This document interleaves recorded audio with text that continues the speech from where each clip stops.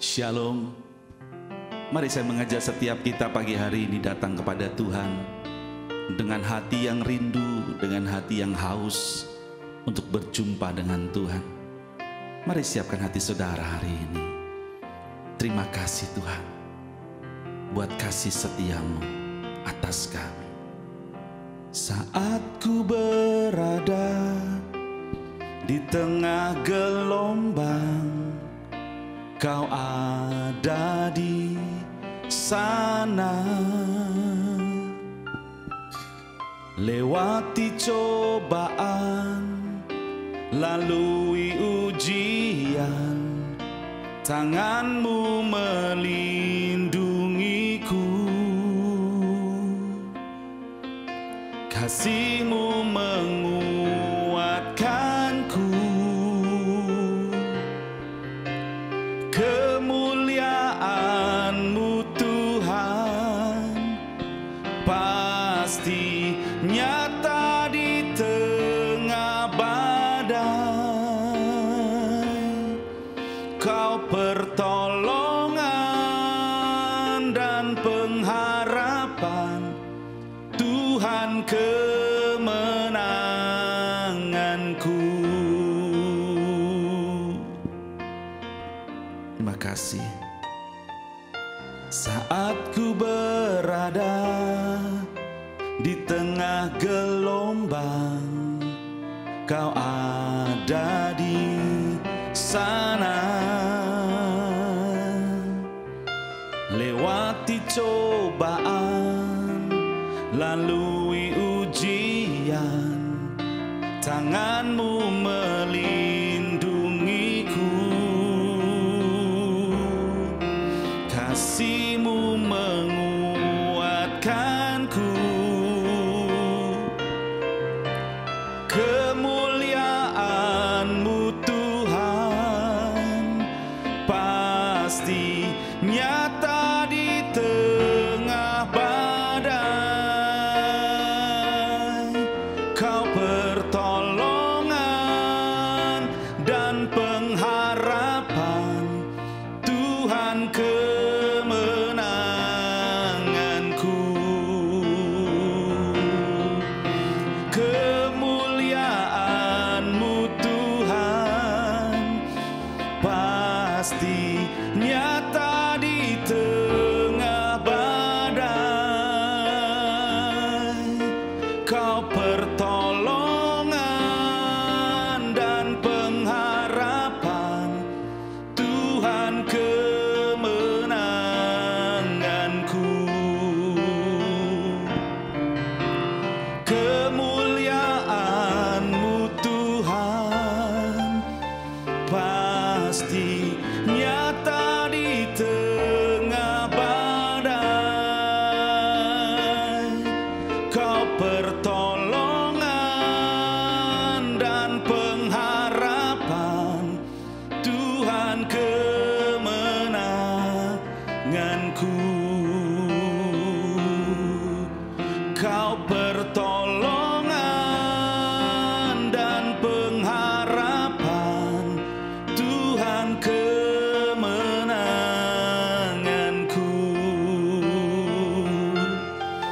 Kau pertolongan dan pengharapan, Tuhan kemenanganku. Haleluya, kami datang kepadamu dengan hati yang haus, dengan hati yang rindu, sebab Kau Tuhan sumber kekuatan, sumber perlindungan, sumber pertolongan.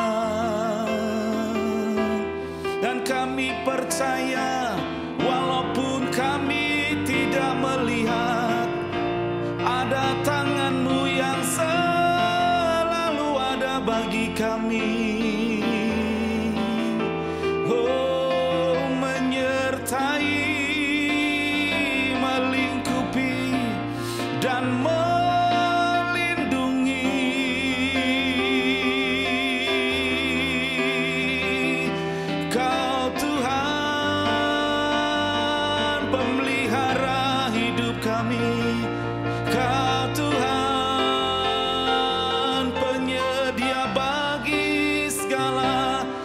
yang kami perlukan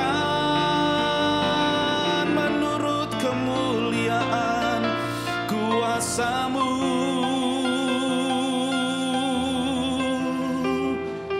Engkau selalu hadir, Engkau nyatakan diri-Mu, walau di tengah-tengah kesesakan sekalipun, di tengah-tengah badai yang mengamuk, di tengah-tengah problem hidup, di tengah-tengah permasalahan yang kami hadapi, Engkau ada untuk menyatakan mujizat-Mu, untuk menyatakan kebesaran-Mu, untuk menyatakan kemuliaan-Mu, Tuhan. Terima kasih Bapa, sebab tidak ada yang terlalu sukar bagi-Mu Tuhan. Sebab Engkau Allah yang luar biasa dalam kehidupan kami. Engkau Tuhan yang menjadi Tuhan penerobos dalam hidup kami. Tuhan yang memberikan dan menyatakan mujizat-Nya sampai hari ini. Tuhan, terima kasih Tuhan. Terima kasih buat waktu-waktu terbaik. Setiap kali kami datang kepada Tuhan, kami beroleh kekuatan yang baru. Ketika kami datang memuji menyembah Tuhan, kami berjumpa dengan Engkau Tuhan. Kami boleh merasakan akan hadirat-Mu Tuhan. Di dalam hadirat-Mu itu kami temukan kekuatan baru. Di dalam hadirat-Mu kami temukan sukacita yang baru. Ada damai sejahtera yang melampaui segala akal dan pikiran. Dan itu yang memelihara hidup kami. Terima kasih Bapa. Kami akan terus percaya dan tetap percaya kepada Tuhan. Buat segala yang terjadi kami percaya Engkau Tuhan yang tidak pernah tinggalkan kami. Dan kami percaya hidup kami ada di dalam kendali-Mu. Terima kasih Bapa, saatnya kami hendak mendengarkan akan firman-Mu. Engkau urapi setiap kami, urapi juga hamba-Mu yang akan menyampaikan firman-Mu. Biarlah kemampuan surga limpah atas hamba-Mu. Terpujilah nama-Mu kekal selamanya. Jadi dalam nama Tuhan Yesus Kristus kami berdoa, kami mengucap syukur. Haleluya. Amin. Shalom Bapak Ibu Saudara terkasih dalam Tuhan Yesus Kristus. Kembali berjumpa dengan saya di dalam sesi ibadah doa pagi secara online. Puji nama Tuhan, di bulan Agustus ini Gereja Tuhan di tempat ini punya tema khotbah adalah kasih karunia untuk menerima mujizat. Hari ini kita akan belajar sama-sama kebenaran firman Tuhan. Ya, kita akan buka di dalam kitab Daniel pasal yang ketiga. Daniel pasal ketiga ayat 4 sampai dengan ayat yang ke-7. Akan saya bacakan bagi Bapak Ibu Saudara.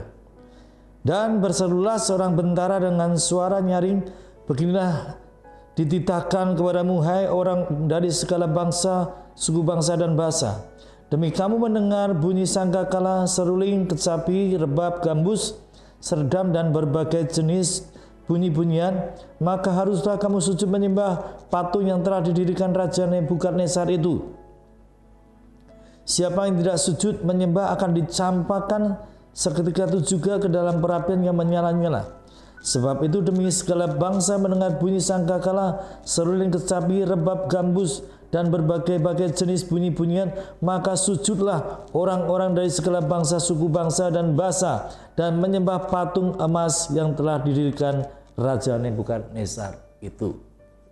Nah, Bapak Ibu Saudara terkasih dalam Tuhan Yesus Kristus, di dalam perikop ini dikisahkan pada waktu itu Raja Nebukadnezar dari kerajaan Babel telah membuat patung raksasa yang terbuat dari emas.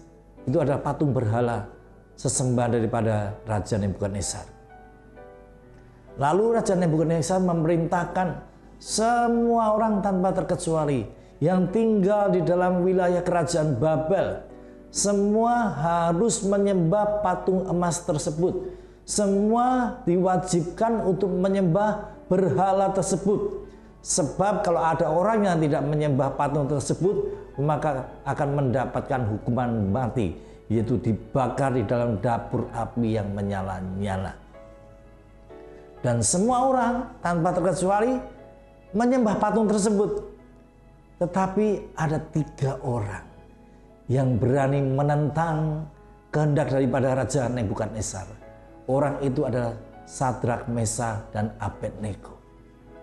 Mereka adalah orang-orang yang takut akan Tuhan. Mereka adalah orang-orang yang hidup menuruti perintah-perintah Tuhan. Mereka tidak mau melakukan hal itu. Mari kita lihat ayat selanjutnya.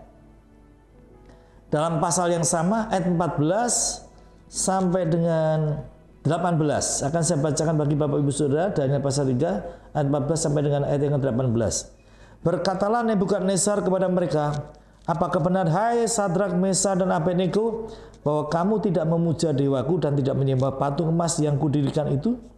Sekarang jika kamu bersedia, demi kamu mendengar bunyi sangkakala, seruling, kecapi, rebab, gambus, redam, dan berbagai-bagai jenis bunyi-bunyian, sujudlah menyembah patung yang kubuat itu. Tetapi jika kamu tidak menyembah, kamu akan dicampakkan seketika itu juga ke dalam perapian yang menyala-nyala. Dan dewa manakah yang dapat melepaskan kamu dari dalam tanganku? Lalu Sadrak, Mesah, dan Abednego menjawab Raja Nebukadnezar, tidak ada gunanya kami memberi jawaban kepada Tuanku dalam hal ini. Jika Allah yang kami puja sanggup melepaskan kami, maka ia akan melepaskan kami dari perapian yang menyala-nyala itu dan dari dalam tanganmu, ya Raja. Tetapi seandainya tidak, hendaklah Tuanku mengetahui, ya Raja, bahwa kami tidak akan memuja dewa Tuanku dan tidak akan menyembah patung emas yang Tuanku dirikan itu. Begitu beraninya Sadrak, Mesah, dan Abednego itu untuk menolak perintah Raja Nebukadnezar untuk menyembah berhala, untuk menyembah dewanya. Ya, di sini kita bisa melihat bagaimana ketaatan Sadrak, Mesah, dan Abednego itu sehingga mereka menerima mujizat yang luar biasa. Nanti kita akan bisa melihat Sadrak, Mesah, dan Abednego mengalami mujizat yang dahsyat. Ya, apa syaratnya ketika mereka boleh mendapatkan mujizat yang luar biasa? Yang pertama jelas adalah ketaatan. Sadrak, Mesah, dan Abednego taat, hidup dalam kebenaran firman Tuhan, menuruti perintah-perintah Tuhan. Bahkan ketika nyawanya menjadi taruhan, ya, kalau mau menyembah patung tersebut, mereka akan selamat. Sebaliknya ketika mereka menolak untuk menyembah patung tersebut, maka mereka harus dihukum mati.